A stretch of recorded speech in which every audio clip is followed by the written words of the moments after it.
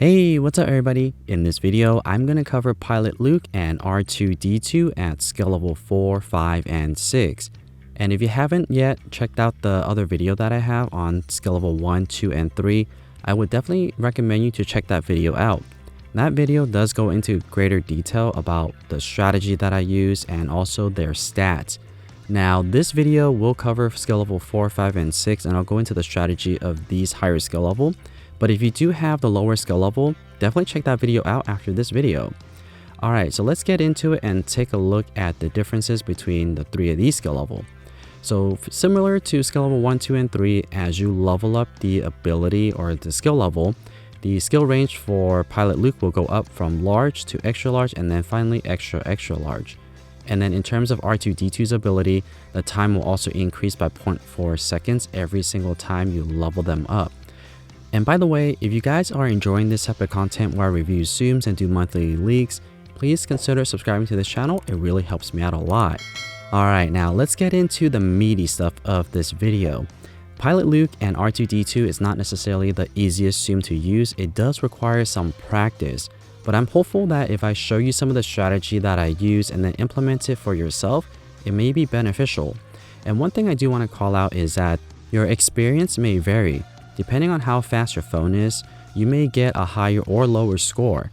I am currently playing on a Pixel 2, so it is an older phone and does have a lower frame rate, but if you have a higher frame rate phone, you should be able to outperform some of these game demonstrations that I have, especially if you are a faster player than I am. Okay, so let's get into some of the strategies that I used. For the most part, what you always want to do is activate Pilot Luke's ability first. The only exception is if you have R2-D2 relatively charged up compared to Pilot Luke, then you might want to wait. But I would say 90% of the times you want to activate Pilot Luke's ability first. And like I mentioned earlier, the higher the skill level, the bigger the skill range is going to be for Pilot Luke. So take a look at it here. You'll notice that it's now more of a heart shape. If you watch the other video that I have, I referenced it as a Mickey Mouse shape, but as you level them up, it becomes more condensed. And at skill level 4, I was able to get a chain of 27, and I got 30 for skill level 5, and then 33 for skill level 6. So it's pretty good in terms of the blast, and you're only going to get this if you are activating the pair Tsum's ability, which is activating R2-D2's ability first, and then Pilot Luke's. This next part, I want to turn your attention to skill level 4 and only skill level 4. This is a demonstration of if you only activate R2-D2's ability and nothing else. So let's take a look at it here in slow-mo. After you activate R2-D2's ability, all of the Pilot Luke and R2-D2's will turn into high scoring Tsum, and they're also going to burst surrounding Tsum as well. So whatever you connect, all the surrounding Tsums will also burst. I don't recommend you to do this. I'm only doing this as demonstration, and in rare circumstances you'll do this, but try to avoid it if you can. Alright, let's get into the good stuff. This is the pair Tsum's ability activated properly. What you want to do is activate R2-D2's ability first and then Pilot Luke, because there are special bursts that happens if you do that. So let me slow this down and show you what's happening. After you activate R2-D2's ability and you activate Pilot Luke's ability, what ends up happening here is a bunch of Tsum gets burst off the screen, and then the center area gets burst away. Similar to the initial demonstration that I showed you, the higher the skill level for Pilot Luke, the higher it's going to be for this burst area. And this is what they reference as skill range. For skill level 4, I got a chain of 28, 31 for skill level 5, and then finally for skill level 6, I got a total of 35. So you'll see that the skill range does significantly improve as you level up your pair Tsum. This next part, I'm going to show you how to set up all of your gameplay so that way you can maximize the amount of abilities you can activate per game. So take a look at skill level 5 and skill level 6, and what I'm also going to do is I'm going to slow it down. What you'll see here is that my R2-D2 is going to be fully charged already, and I'm actually going to activate R2-D2's ability before my Pilot Luke's ability is fully activated. And if you look really closely, you'll see that the last chain that I did right before I activated R2-D2's ability was to clear Pilot Luke's. And you'll see like little Pilot Luke's flying to the charger bar, and as I resume here, the animation plays through, and now my Pilot Luke is fully charged and you can activate it. So what you want to do essentially is that if you notice that your Pilot Luke is about to be almost full and your next clear is going to fully charge it, go ahead and activate R2-D2 after you already made that last chain. So take a look at it again here in slow motion, and you'll see that I made that last chain of Pilot Luke, and then I activated the R2-D2's ability right away. But just make sure that you have cleared enough Pilot Lukes off the screen before you activate it, so that way you get that pair bonus. Alright, so this next part is the very last part, and it's probably one of the more difficult parts that requires a lot more practice, but I'm going to walk you through it, essentially teaching you how to make those long chains at the very end.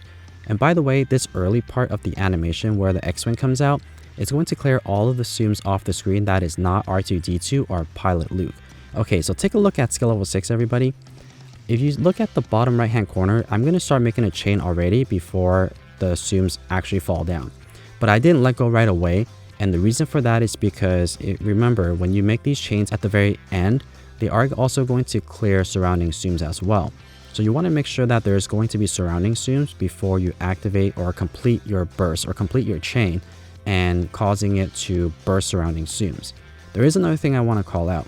You always want to go left or right and then top and bottom. You essentially want to do the opposite side of what you just cleared.